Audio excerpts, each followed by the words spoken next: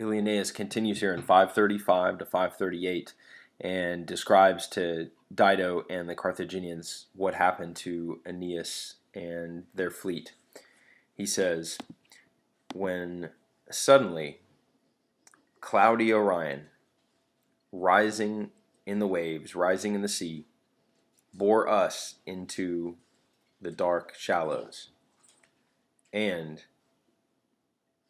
scattered us deep within with the resounding winds, or the boisterous winds,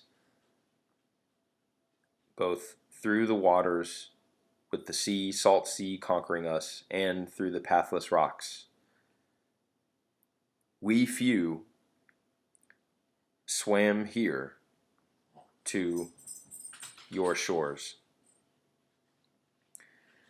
And so we have the only thing really worth noting is just the presence of a lot of either participial phrases here, ad surgens fluctu, or the ablative absolute superante solo, or just a lot of prepositional phrases. Here, the in and the ablative of means here, procacibus austris, the per undas.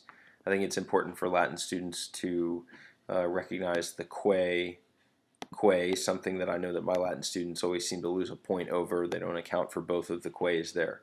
But also we have our verbs here, tulit and dispolit, and we have to assume an us after it. So drove us, or carried us, bore us into the blind or the dark shoal shallows, and scattered us deep within, and I guess we assume deep within the sea, by those resounding winds, both through the waves and through those pathless rocks. I think that this is such an effective statement here to end this portion of his narration, this portion of his story. To hear we few, and I think the presence of the Palki really emphasizes subtly that they didn't all make it. So he doesn't overtly mention the death of all of his comrades, but by saying to hear we few gets that diplomatically across. And then the verb here is brilliant. Ad navimus, not sailed, but technically swam. And I think that really does reflect just the idea that their ships were battered, broken, and they didn't have much left by the time they got to their shores, which is his whole point to her, which is that they are in desperate need of her help.